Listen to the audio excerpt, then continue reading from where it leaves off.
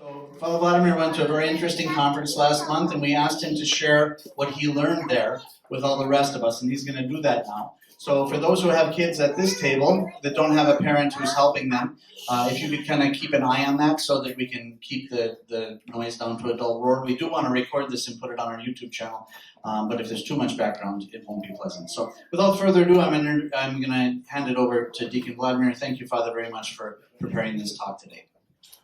Thank you, Father Gregory, for the introduction. The title of my lecture is Life and Death in the Negative World, and then Re-Enchantment in Orthodox Christianity. You're wondering why it's worded that way and why it's so long. Well, it's titled this way because that was the touchstone conference's topic I attended last month. It was called Life and Death in the Negative World. And this lecture is a report on the conference, and in particular I'll focus on the idea of re-enchantment because it was the conference's main idea. That idea came from the new book by Rod Dreher, Living in Wonder, Finding Mystery and Meaning in a Secular Age. If you want to look at it, please do, but I'll leave it back. They started selling it just recently, maybe last week or week before. It's available on Amazon, and I'll tell you a little bit more about the book later. But first, a few words about the conference. The conference is Touchstone Conference. Has anyone attended or heard of the conference? It was in Chicago. Usually, I think it's in Chicago. It's very unlike all the academic conferences that I attended so far.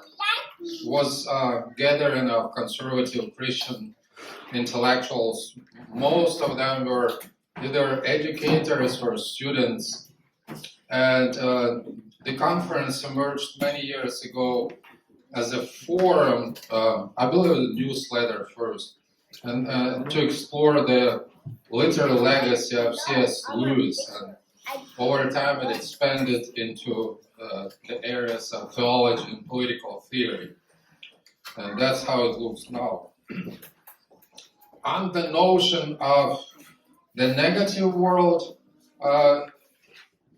as you can guess, that's the world we currently live in, and Aaron Rance, who was one of the speakers there, book Life in the Negative World, Confronting Challenges in an Anti-Christian Culture, informed the choice of the conference's name this year.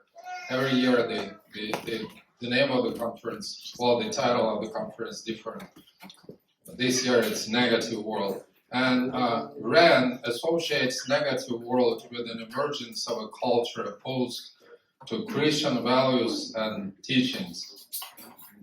Well, I wonder if Christians ever lived in a positive world. At least I don't remember that, but maybe that's what the conference participants' idea was. They used to live in a positive world. And I guess if maybe 50 years ago my employer, University of Michigan, would have reimbursed me for the conference expenditures, in this negative world I didn't try to reimburse them, I asked for reimbursement. But well, I didn't present anything, so it was no academically valid reason for me to go there in the first place. Okay.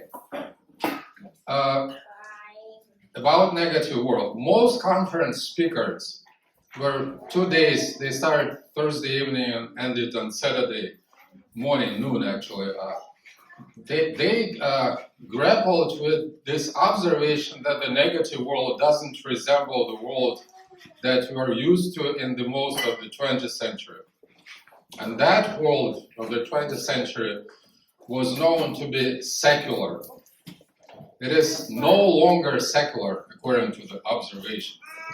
So what is the world now? Okay, give me an answer. Mystical. If it's not secular, what is it now? It's mystical. Mystical, yes. What else? There is a better word, I guess. Exactly. So pagans. So the conference participants agreed that we now live in a pagan world, not secular world, but pagan world. Языческий, да, по-русски. And while the vacuum left by the declining Christianity is being filled by paganism. That's the idea. Just to give you an example from Rod Dreher's blog. He has a blog and I'm there, and occasionally, well, quite often, always, he puts pieces from his book into the blog and then other, summaries of the books or quotes. So from his blog, example of the pagan world. Just last night, after Paul Kingsnorth event at Stanford University, prestigious Southern Baptist College, I found myself talking to an undergraduate there and asked him about the thesis of my book, that his generation is way more open to the occult and to paganism than any previous one. Emphatically, yes, he said. Then he told me that he knows a fair number of female undergrads there who have taken on Greek gods as their personal mythological spiritual allies. They associate these personalities with themselves in what sounded like the way Catholics and Orthodox have patron saints. Wait, I said, not quite believing it. You mean at a Southern Baptist College students do this? Yes, sir, he said, serious as a heart attack. More than a couple? Oh, yeah. And then Rod Dreher says, something very big is going on, and the churches are mostly clueless. So is my generation and the boomers. And that's just one example, anecdote, but there is data, statistics that I wanted to share with you. And it's a long quote, it's one page, but I'm going to read it because it's interesting. And that's from the book by Michael Horton, Shaman and Sage, The Roots of Spiritual but Not Religious in Antiquity. That's the title of the book. And Norton looks at the atheists. So he said, well, it's really difficult to find any atheists now. Because while we have 4% of atheists in the US, and they are becoming more open to the sacred, but what kind of sacred? And here's the quote. Trend lines in the United States show that rising interest in the sacred is not harbinger of a religious revival among the 4% of the US population who identify as atheists. Rather, it reflects a migration from organized religion, mainly Christianity, to a more self-defined spirituality. Europe is further down the trail of secularization, and yet it has seen a similar spike in people identifying as spiritual but not religious. At the same time, 41% of Europeans consider astrology to be scientific, compared to 70% of Europeans considering astronomy scientific. Overall, 58% of 18 to 24-year-old Americans believe that astrology is scientific. The number of US adults who believe in astrology is greater than the combined membership of all mainland Protestant denominations.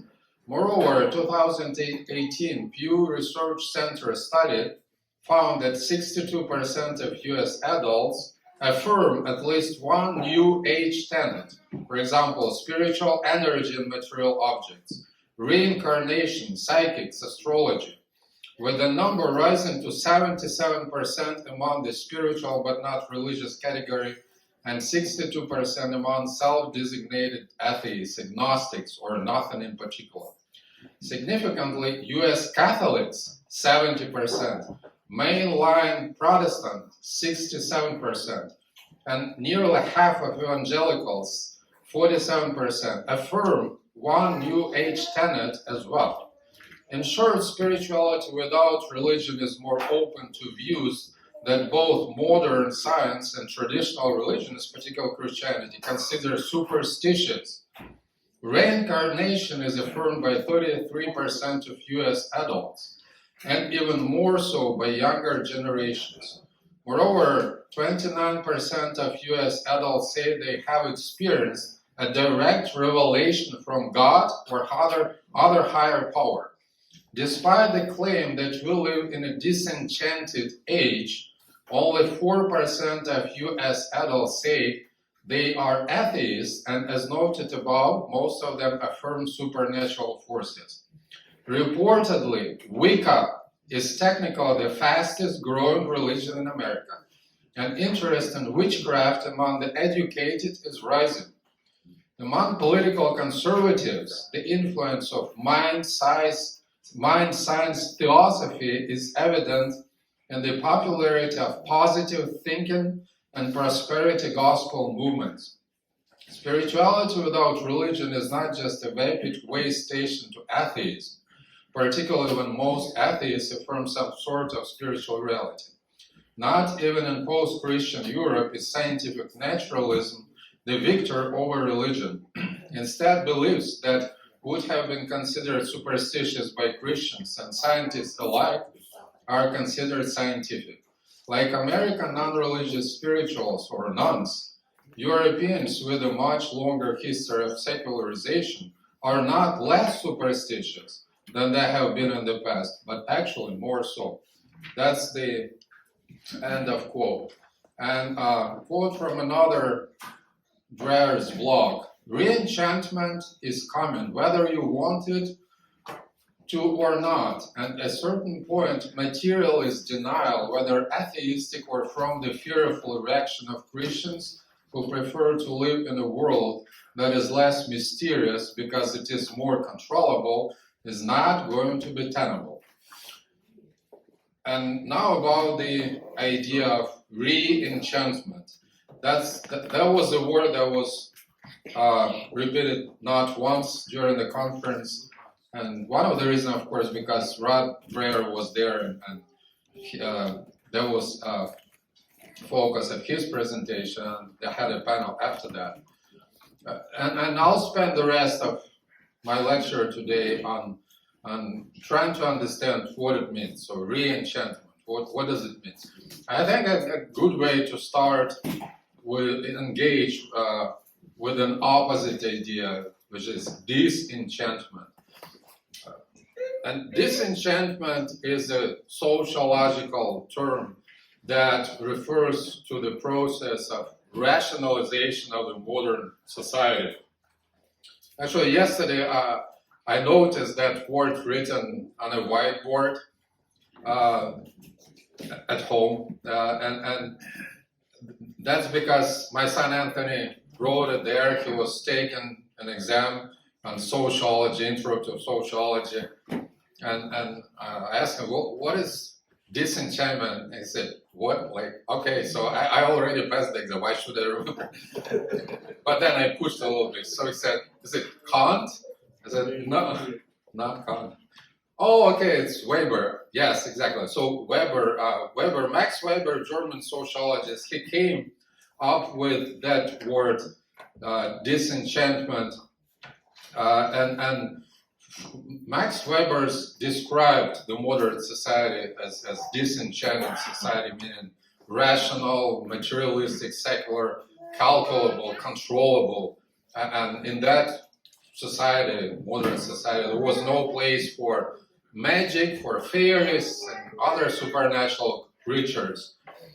The pre-modern world, which is before Enlightenment, it used to be enchanted. People believed fairies were real. But the post-Enlightenment modern world doesn't need them. People don't need fairies, don't care about them. Fortunately or unfortunately, the witch and the wizard shaman survived the modernity. And the world is on the way to become re-enchanted. So, and another quote from Michael Horton's book, about shamans, is that it is the shaman that survived the Bronze Age, and across all these diverse civilizations, represents a new model for the type of individual that we recognize as the modern self. Fascination with shamanism has returned with considerable force in Western culture, from academic studies to movies and video games.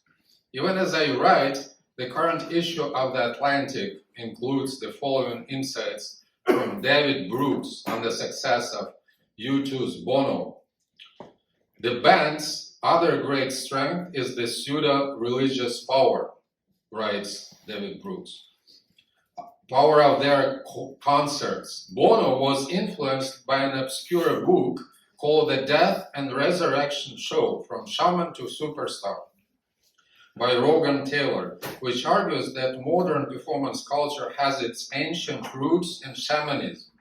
When we go to a concert, we enter the presence of a mystic who interacts with the spirit world and brings spiritual energies into the physical one. We are religious people even when we are not. We find ritual and ceremony powerful, Bono says. We were always interested in the ecstatic. I think our music reflects that, so end of quote.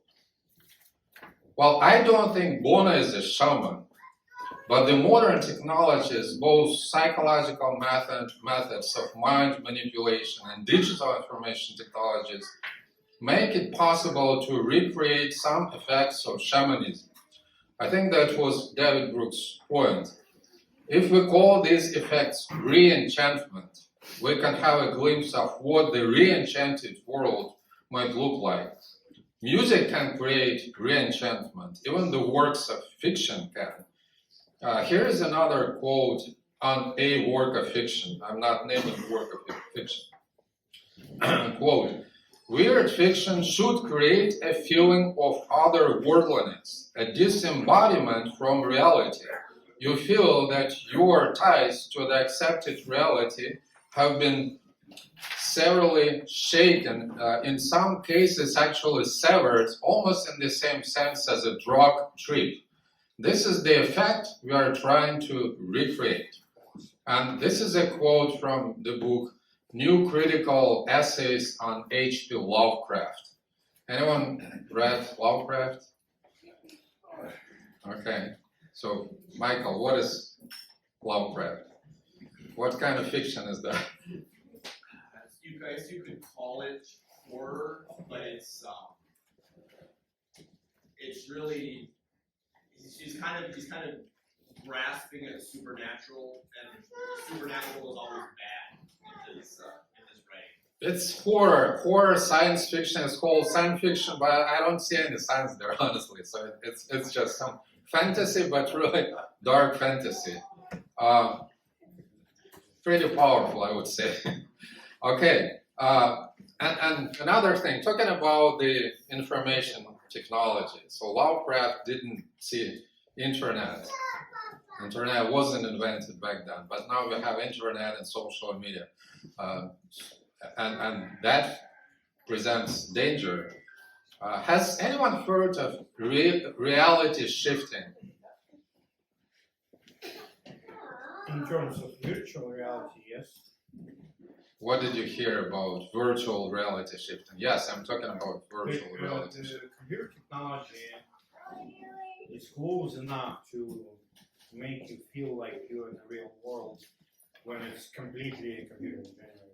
Okay, so you speak in general, so you don't know about reality shifting specifically. I don't know about particulars. Well, it's a youth culture. It's so I'm gonna say a few words about that. This is an emerging online daydreaming culture, mostly on TikTok. So I guess you are not on TikTok, so you wouldn't know. Okay, and I'm not either. So I just learned from one of my students.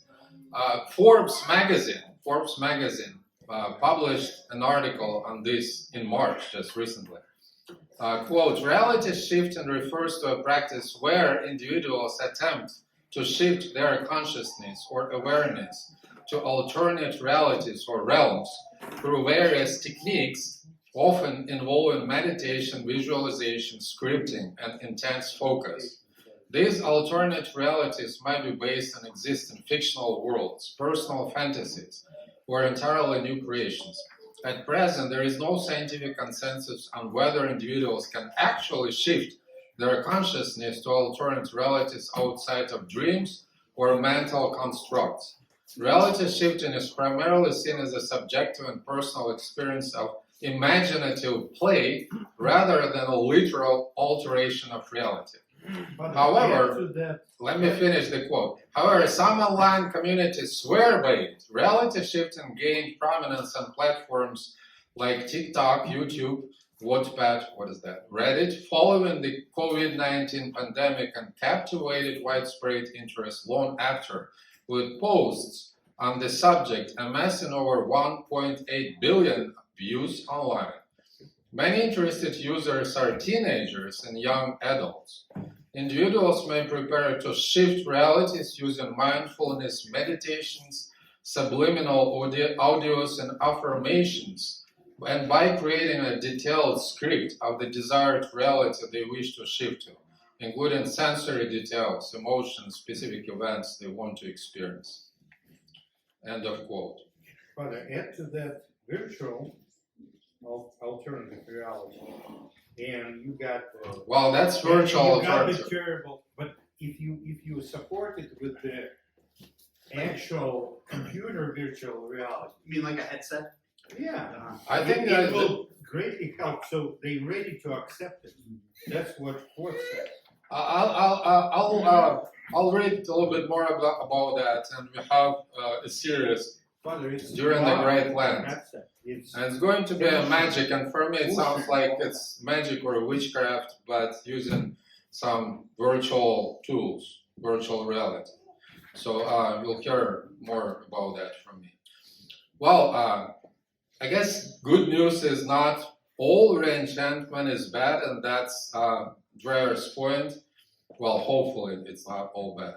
And that's what he has to say about Orthodox re-enchantment. It's a quote from his book. Maybe not everybody knows he's an Orthodox Christian. He's Orthodox Christian. He first converted to Catholicism and after that to Orthodoxy. So now he's Orthodox. And he says about his experience. It sounds absurdly simple, he says, but it's still hard to do, yet it works. Silently praying the Jesus prayer according to my priest's directions gave me at least 1 hour a day in which my mind was stilled and focused only on practicing the presence of God. The Jesus prayer, about which we'll learn more shortly, is not the only way, of course, but any method of prayer that fails to focus one's attention rightly is doomed to fail. T.M. Luhrmann, that's anthropological psychologist he's referring to, discovered that the ability to focus one's attention makes a big difference in a believer's ability to feel the presence of God. People who are able to become absorbed in what they imagine are more likely to have powerful experiences of an invisible other, she writes, the Luhrmann. You can also train yourself to get better at this, as she learned when she spent time doing field work among the Vineyard Christian Fellowship. People who practice being absorbed in what they imagine during prayer or ritual are also more likely to have such experiences, Luhrmann writes. This absorption blurs the boundary between the inner world and the outer world, which makes it easier for people to turn to a faith frame to make sense of the world and to experience invisible others as present in a way they feel with their senses. End of quote. To describe the effect of Jesus' prayer on himself, Dreyer refers this anthropological psychologist who initially studied witchcraft and charismatic Christians. And she came up with some terminology to describe that experience. And those things like, shifting the boundaries and things like that. It reminds me of what I just told about the reality shift. So I would be cautious, to use that language which developed in relation to something that is absolutely not Christianity to describe what we experience here. But let me finish with a couple of implications, the way I understand those implications. So that's my opinion. That's the only piece of my opinion that I ever say. So two ideas.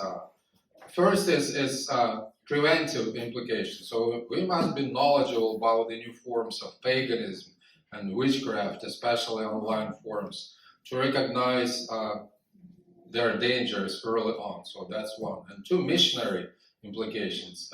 We need to learn how to articulate Orthodox mystical experiences and communicate them to those non-Orthodox Christians who are seeking to directly encounter God. That was something that came up during the conference. So many people were either Orthodox among the the organizers of the conference, and there was a big icon of Christ on the stage.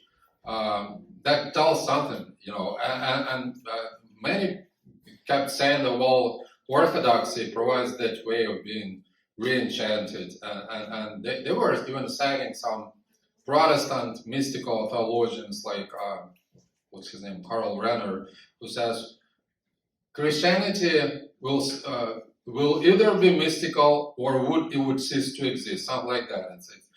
But they do understand. So it's that idea of appeal of orthodoxy is spreading among the Protestants, and that's the implication for us. We need to learn how to talk to them, particularly focusing on whatever re-enchantment that we have in the church, and how to do that, I don't know. So, but I'm saying that's the implication. Okay, thank you very much.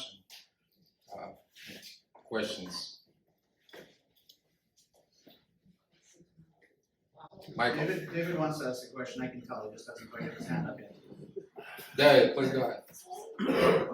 I had a teacher at university who said that the Enlightenment ended in the year 2000.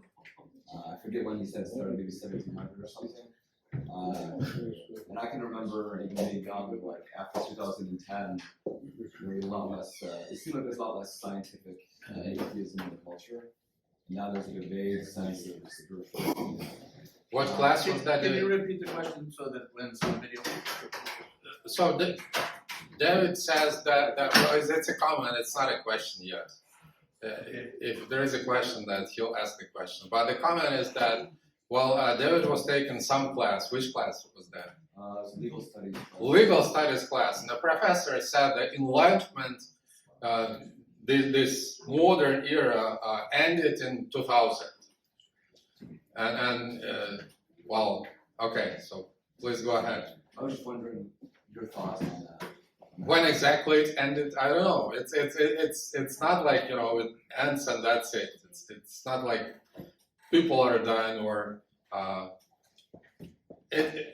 there is still the element of secularism, but it's moving towards that kind of new age, exactly, re-enchanted or whatever you call it. Re-enchanted in the wrong way. Yes, that's a good point. So you can re-enchant it in a good way and a bad way. Some questions back here, Father. And Michael had a question, and then you film and then the other problem. Michael. Yeah, it was more of a comment, just speaking on interest in mysticism and how to reach out to people, as you were saying. That probably the biggest, and if the clergy could chime in, if I'm way off here, but probably the biggest difference between the sort of general reception of mysticism and true Orthodox mysticism is that our experience of God is very much bound up in the everyday. Right? We have the liturgy, we have can even have mystical experiences, but it's also just doing what you need, doing your duty throughout the day to your family, your neighbors, just doing what you need to do. Things that a lot of people find they're sort of mundane and repetitive. Like for us, that's very much where you find God, just as much as you can find God in like some mystical vision, and should in fact be very suspicious of mystical visions for most of us. Yeah, thank you, Michael. Yeah, I agree absolutely. So we don't need special technologies to get that mystical experience. We just come to church and we can experience that if our minds are open and want to do that. I think moreover it's important to remember that the fathers say that the Lord gives us what we need for our salvation. So it's counter to the modern paganism in that they kind of use incantation to get the feeling when they want it. Whereas as Orthodox Christians, we give ourselves to God. And if he sees that we need some comfort, or he sees that we need, then he gives it. But it's not something that we order like when we go to McDonald's. And this is a really important delineation between paganism and Christianity. It is, and actually Michael Horton says that the main drive of that re-enchantment is that people want to have control over their individual lives. Right. And magic gives you a sense of that control. Absolutely. It's like, you say something and it produces results. It almost works like a vending machine. You throw the bill, push the button, and you get the result. Yeah, it's a demonic vending machine. It's a good Yeah, let's get rid of it. contract. Coffee maker as well in the kitchen. Demand. Yes, if you may. And then Father Code. So I have a comment to follow the comment and then a question which She needs to correct her husband, is that it? what's that? She needs to correct her husband? No, just to try and get that, just from my own experiences in like the evangelical world, that there's this large emphasis on emotionalism and like, feeling good when you listen to these, what they call like worship music. And like, I experienced that, or like would experience the emotions, and it's very hard to like, then, come into orthodoxy and then you're like, oh, well, you don't have these high feelings, so then what do? Right. Well, you just ask God to have mercy on you, and it's very different, but you're like actually closer to God than like just being like, way off in some delusion of emotions. Which kind of actually leads to my question is, like you described the statistics of all these heterodox groups that have these very like you would say like witchcraft beliefs or whatever practices. Are they like conscious that that's what they're doing, or is it like, in my case, I think it was demonic, but like I wouldn't say that it was some kind of like thing that's not Christian.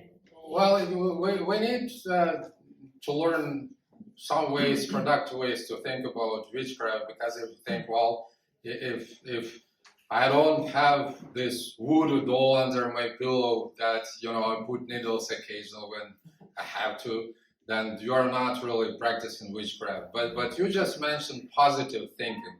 And I don't know whether you pay attention, but Horton noted that as a kind of red flag, that positive thinking might be some kind of witchcraft.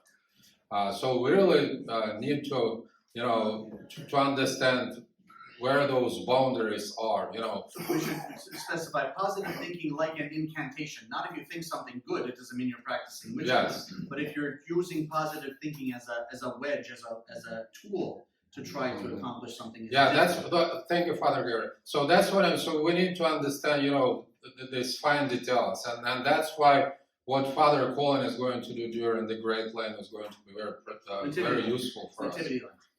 Is it Nativity Lent? The Great Nativity Lent. Yes. Great Nativity Lent. So we'll talk about that by focusing on specific things.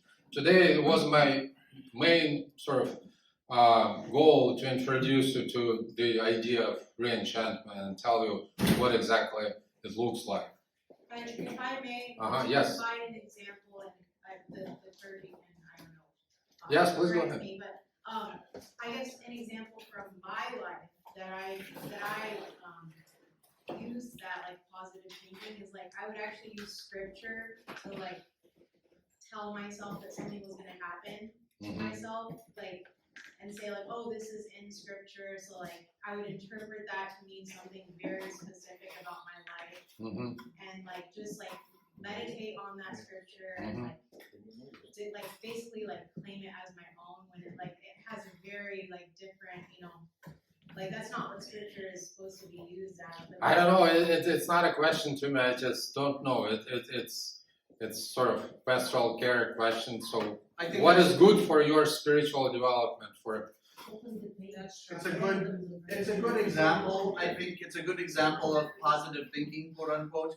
And I think that, we can't forget that the demons have been around for a long time and they're pretty wise. And so to utilize something with a Christian veneer to get people to move away from Christ is kind of like the gold standard, right? It's not like, here, worship the devil. Nobody's gonna do that. But if there's a Christian veneer on something, it's much easier to kind of pull somebody away. So to use a scriptural quote as a weapon, almost as like a tool to get what you want, it is a sort of, I would say, pseudo witchcraft. So that's a very good example.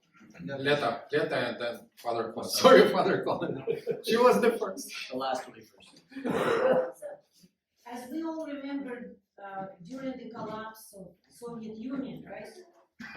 So we did a lot of unknown life. It's like we really needed something to grab onto, right? Mm-hmm. Because it was such a bad time. So who came out, right? Extrasenses, Yeah. horoscopes, shamans, and all this stuff, right? So, and we would definitely use Bible for that kind of. For all those Americans who don't know anything about the 90s and back in the former Soviet Union countries. So after 70 years of atheism, you would say that people would be super rational, right? And nobody would believe in either God or anything supernatural because it was basically prohibited during those 70 years. And then what happened during the 90s when everything is okay now, and people turned to all the occult, things, some weird teachings and white magic, black magic, all kinds of magic. It's good that some people turn to Christianity, but so many former rational atheists, they turn to supernatural things, which tell something about the human nature. Right. We have that spiritual vacuum, which we need to fill. And how do we fill? That's the question. Father Colin. So I have a question regarding the conference. I mean, I was raised Protestant and very much it was de-enchanted. It was very rationalistic and dry. But I have noticed in my own interactions with my own Protestant family and some of my friends, especially in the past decade, there's been a major move towards more mystical experience. Actually, my grandfather was at like a Presbyterian conference that was dealing with noetic prayer, which if anybody knows Presbyterians, that's insane. That just doesn't happen. So I'm curious, did they discuss any of the potentially mystical practices that are developing in Protestantism and what those might be and how we might be able to kind of bridge that gap for these people? Aaron Wren, I believe he said that he either Presbyterian or used to be Presbyterian, but he said maybe once or more than once he is personally more open to the mystical, and also the Presbyterians are more open. Probably you can find that in his book. I was driving to Chicago and listened to his talk, so maybe I missed that. But I think he said something about that. It's a recent book, Life in Negative World, I believe it's called. I think I sent Maybe there is an answer to that question.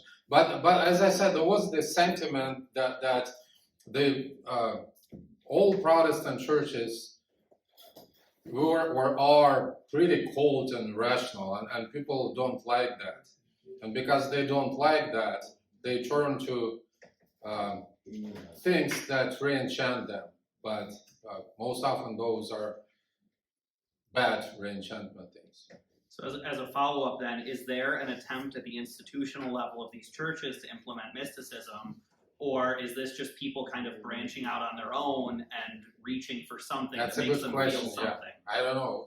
It looks like, to me, many people are turning to the mystical individual, and many of them are looking to orthodoxy. But the data shows that they are turning to other things as well, and they can be doing that at the same time.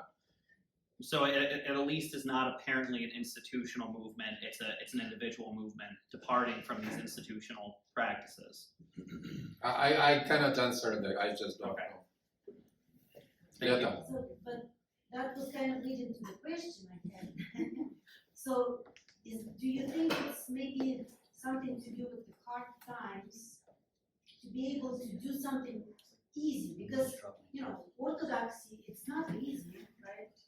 Or to actually be faithful to God, right?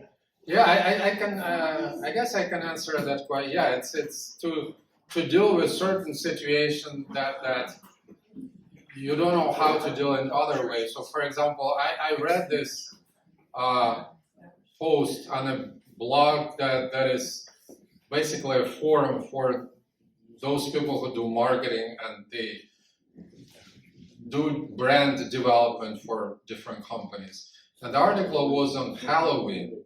There was observation, and actually, my Alex told me, well, it looks like there is more Halloween stuff on the streets. You notice that, and they look at that because they can make money out of that, right? So that's what their job is, to develop brands and promote them. And they look at that and they see that now all that stuff is not for the children. It used to be for the children, right? But now it's for adults. So adults are now interested in those Halloween, paraphernalia. Why? And they look at that and they say that it's because people are grieving. Culture is changing. They need to readjust and they accept death in more positive terms. And they also include things like death doulas, like midwives, but death doulas. I haven't heard of that. Or death positive movement. It's another thing. So people are turning to those things, and of course on that blog, okay, so we need to monetize on that. So we need to give them things that would work for them. Things that they can express their grief maybe in by buying things, for example. Yeah, they joke about it, they get dressed, but then they scared like so terribly to see actually, person laying on the middle of the church or something, like. Yeah, it's more graphic than it used to be. It's extra contextual for Western people. Death in the West was always something that was hidden. It was never something that was sort of considered part of life as it is in the East. So, from, I don't know how, when, Lisa, are you still here? You used to bring the little guys before they went to school to every funeral that we could so that they get used to the fact that this is a dead person, so that's part of life. And then they flew away. I mean, Misha had his early teens years that he was kissing them up, and I didn't force him. But speaking about Halloween, remember Vladika John, he once talked to his parishioners who, instead of some church service, they went to celebrate Halloween. It was back then when it was still positive world, wasn't as bad. And it was mostly commercial thing, just entertainment for the kids. But now it's getting more dangerous because you see that witchcraft is spreading and that Halloween can become much more dangerous, not just commercial, not just entertainment, but it can, some witches can do things during Halloween. I'm sure that's happening, but we just don't know. So watch your kids. We had the icon of a Mother God, and on Halloween night, people from the groups, the Satanists or probably they paint black paint. They put black paint on the icon of Mother God on the Halloween night. So since then, they have guards on Halloween night every year. Yes. It was back 20 years ago, right? Yes. Well, interestingly, that's the day that Joseph, who took care of the Mer streaming icon, was killed also on Halloween. Yeah, so Halloween means something for the witches. I think it's also important for people to understand as we become a more pagan culture that I think probably as Orthodox we will stop calling our priests. we'll probably start calling them presbyters more and more, because the delineation between a priest and a presbyter in the time before Christ's incarnation, every priest, whether Jewish or pagan, their job was to kill animals ritually. That's what they did. Both the Jewish priest and the pagan priest. A priest was somebody who did ritual blood sacrifice. So we, strictly speaking, we aren't priests, but we just got used to saying that. Strictly speaking, we are presbyters because we have a bloodless sacrifice. There's no blood allowed in the altar at all, ever, none. The sacrifice of Christ is the acceptable, inadequate sacrifice, more than adequate for all of us for all time. So I bet that the next generation, probably we will stop calling us people priests and we will go back to using the word presbyter. It sounds very fancy, but it's an important delineation. And in the ancient church, these people were not called priests, because priests were people who killed animals ritually. Presbyters were people who did not, but led the worship. So that's my guess, is that we will go back to starting to call our priests presbyters instead of priests. Because as paganism grows, there will be more and more blood sacrifice, and then there will be openly like pagan priests doing this. So it's just a guess, but I think it's a relatively educated. Maybe just Are you saying we'll be the real Presbyterians? Exactly. Well, maybe. I think we would still probably use those words, but priest, it has a very, very specific technical meaning, and it means somebody who does blood sacrifices. So in our reading group, Crucifixion of the King of Glory reading group, we're reading a lot about the temple and the jobs that the priests had there. And that was the main job that they had, was to ritually kill animals. Now those were God's people. I'm not saying it's abjectly bad, those were God's people. But that was also the case in the pagan world. There was no such thing as a priest in the ancient world who did not kill animals in blood sacrifices. In Russian translation, Batushka is the lead of family. Right. He is not killing animals for everybody. Right. Batushka also Одно is. другому не мешает. No, I mean, okay. But anyway, I think this is an interesting point, and since I have your attention, I will say this, that I recently read what I thought was a very good book called Pagan America. Actually, I didn't read it, I won't lie, I listened to it. It was a very interesting book. It was written, I'm sure the man was Catholic, but it wasn't focused very much on Catholicism. The main point that he's making, and Father Vladimir mentioned it too, and actually I mentioned it in the sermon, I didn't know what he was going to talk about. I'm sure everybody listened to the sermon very closely, but just in case, there is no neutral stance.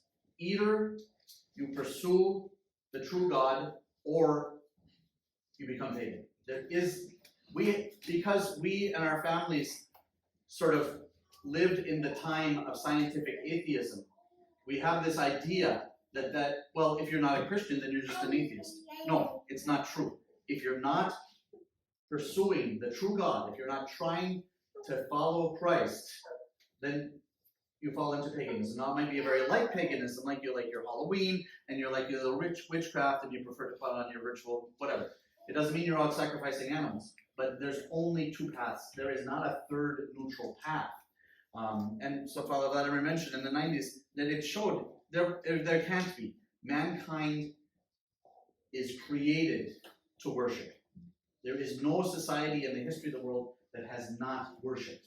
So either we'll worship the Holy Trinity, or we will worship pagan gods, which are demons.